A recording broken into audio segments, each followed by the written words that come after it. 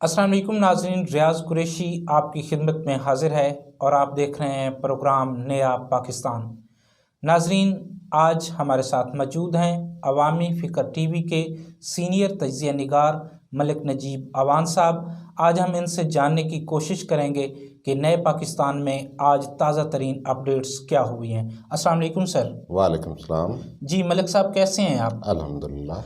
मलिक साहब, ख़बर ये है कि वज़ीर आज़म इमरान ख़ान ने चेयरमैन सेनेट के लिए सादिक संजरानी को नामज़द कर दिया है, इस बारे आप क्या कहेंगे?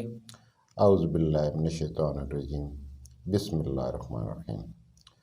कुरैशी साहब, इमरान ख़ान के रवैये को तो आप जानते हैं। जी। इमरान ख़ान साहब वज़ीर आज़म हैं, उन्होंने अपनी तरफ से एक अच्छी चाल चली है जी। कि सादिक साहब को, जो पहले ही चेयरमैन के सेनेट हैं, जी। उन्हें चुन लिया। जी। अब जिम्मेदारी सारी उन्होंने फेंक दी है सादिक संजरानी साहब पे। जी। अब जिम्मेदारी क्या फेंकी है, इस गेम प्लान में सारा जो है इमरान साहब ने काम किया है। एक तो ऑलरेडी चेयरमैन सेनेट हैं, जी। उनके काफ़ी तल्लुकात हैं। जी बिल्कुल। दूसरा, पीटीआई उन्हें बैक करेगी। जी। फ़र्क है कोई 1 2 3 4 वोटों का। 4 वोटों का लगा लें, मैक्सिमम 5 का। जी। जो जिन्होंने फैसला कुन किरदार अदा करना है इस चेयरमैन सेनेट की सीट के लिए। जी। इमरान ख़ान साहब किसी और सूबे का बंदा भी मुकर्रर कर सकते थे कि पीटीआई की अपनी सीटें भी काफ़ी हैं। जी। लेकिन उन्होंने इस सादिक साहब पे इत्मीनान का इजहार इसलिए किया है कि बलूचिस्तान के अपने सेनेट जो पोजीशन है वो काफ़ी अच्छी है, मजबूत है। वहाँ से अगर वो 3 4 बंदे घेर लेते हैं जी, उनको अपने लिए कायल कर लेते हैं, जो उनका कबायली ट्राइबल सिस्टम है उसमें बंदों को ट्राइबल प्रेशर के ज़रिए हासिल करना ज़रा आसान होता है। जी, मेल मिलाप से, मेल जोल से हासिल किए जा सकते हैं 4 वोट, तो उनके लिए आसान नहीं है। अच्छा मलिक साहब, आज की दूसरी सबसे जो बड़ी खबर है मलिक साहब वो ये है कि पीडीएम ने लॉन्ग मार्च की तारीख का ऐलान कर दिया है और सैयद यूसुफ रज़ा गिलानी को चेयरमैन सेनेट के लिए नामज़द कर दिया है, इस बारे में आप क्या कहेंगे?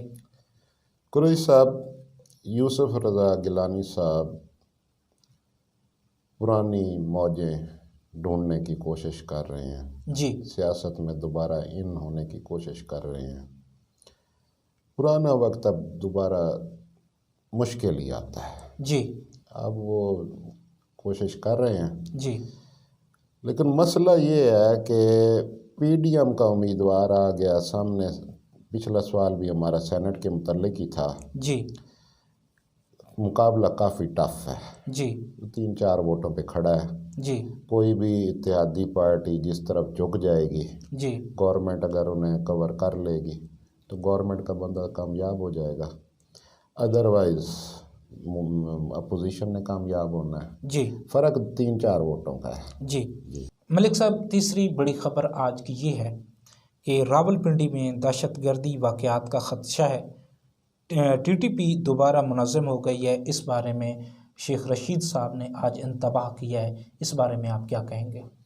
कुरैशी साहब, टीटीपी पिछले 5-6 महीने में काफ़ी मुनज़्ज़म हुई है जी, और उसका नुकसान भी 1.5-2 माह में बहुत ज़्यादा हुआ है जी।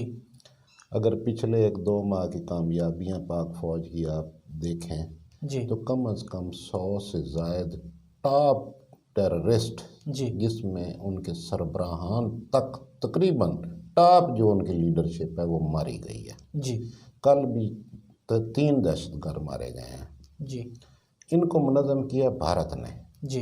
भारत ने ये बिखरे हुए थे सारे जी, इनको दोबारा एक प्लेटफार्म पे इकट्ठा कर दिया जी। इनकी तादाद को 3-4 हज़ार के करीब है जी, अफ़गानिस्तान के अंदर। अब उनका बस नहीं चल रहा पाकिस्तान पे अटैक का जी। वज़ीर दाखिला है चूँकि शेख रशीद साहब जी, तो उनके पास मालूमात होती हैं ठोस शवाहिद के साथ जी, तो वो अलर्ट कर रहे हैं अपने महकमों को भी, अपने इदारों को भी और आवाम को भी बता रहे हैं। उन्होंने 3 शहर बताए हैं जिसमें उन्होंने कहा रावलपिंडी हो गया, लाहौर हो गया और कराची में दहशतगर्दी के वाक़यात का ख़तरा है। ख़बर में आगे बढ़ते हैं। आज आलमी यौम ख़वातीन के मौका पर औरत मार्च किया गया, जिसमें मेरा जिस्म मेरी मर्ज़ी औरत मार्च में शरीक ख़वातीन ने आज़ादी के नारे लगाए हैं। इस बारे में आप क्या कहेंगे? कुरैशी साहब, पाकिस्तान का मुआशरा, पाकिस्तान एक इस्लामी फलाही रियासत है जी, इसमें ये मुमकिन नहीं है जी, ये पेड NGOs हैं, प्लांटेड NGOs हैं जो यहाँ पे ये इस किस्म की बेहयाई फैलाना चाहती। चंद ख्वातीन हैं जी, अगर आप जाके देखें तो मैक्सिमम ये 150 होंगी जिन्होंने ये बैनर उठा के ये कपड़ों पे लिखवा के ये हमारे पाकिस्तान में ये मुमकिन नहीं है। जी, हमारे मुल्क की ख्वातीन बहुत घरेलू ख्वातीन, गैरतमंद ख्वातीन, जो इस चीज़ की इजाज़त उन्हें ना मिलती है ना वो करती हैं। आज मलिक साहब, आज दूसरी तरफ एक मदरसे की जो तालिबात हैं उन्होंने भी रैली निकाली, जिसमें उन्होंने आज ख़वातीन का शर्म व हया के नाम से दिन जो है वो मनाया और इस पे वाक भी किया गया।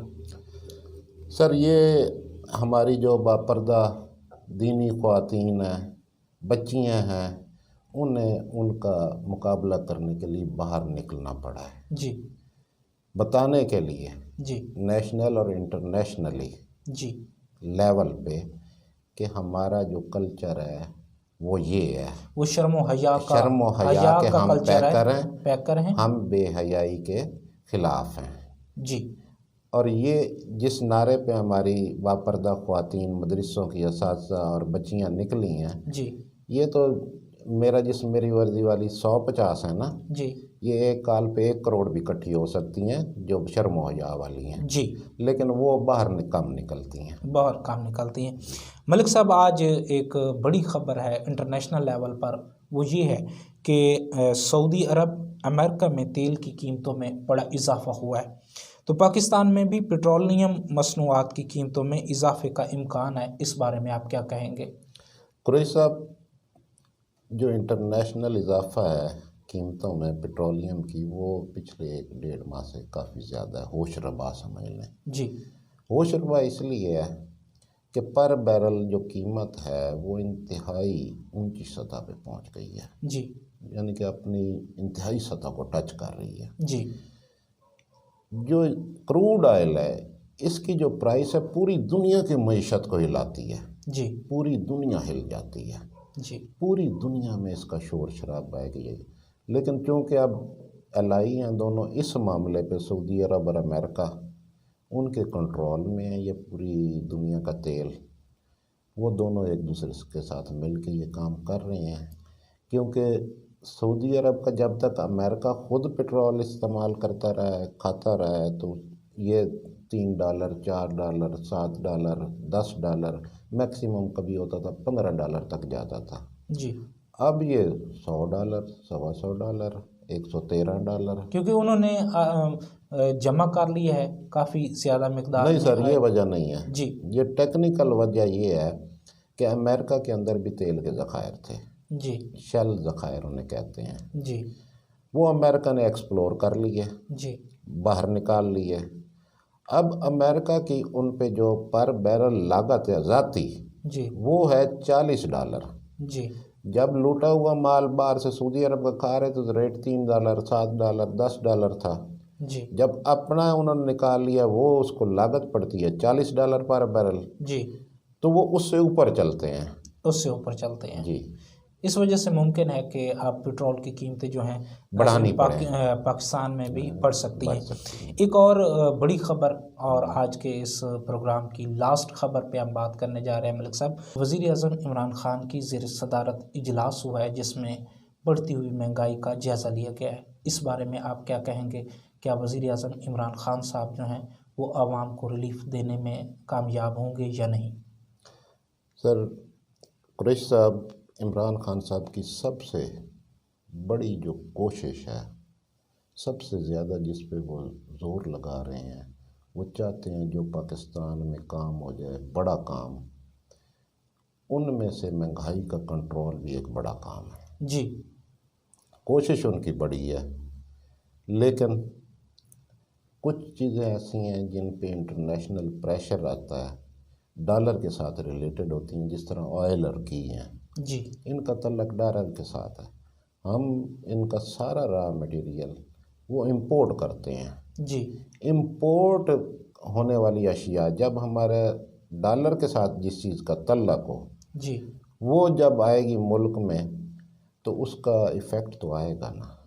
जब डॉलर में चीज़ आप लेते हैं, बाहर प्राइस बढ़ती है जी, जी, तो मुल्क में इफ़ेक्ट आएगा। वो- बाकी इमरान खान साहब कोशिश कर रहे हैं, ये सारी तैयारी रमज़ान शरीफ के लिए है ताकि कंट्रोल की जाए महंगाई को, रमज़ान में लोग रोज़े अच्छी तरह रख सकें, जी, महंगाई का होश रवा इजाफा ना हो, जी, लोगों को रिलीफ भी देने की कोशिश कर रहे हैं। इंशाल्लाह कंट्रोल हो जाएगा। जी।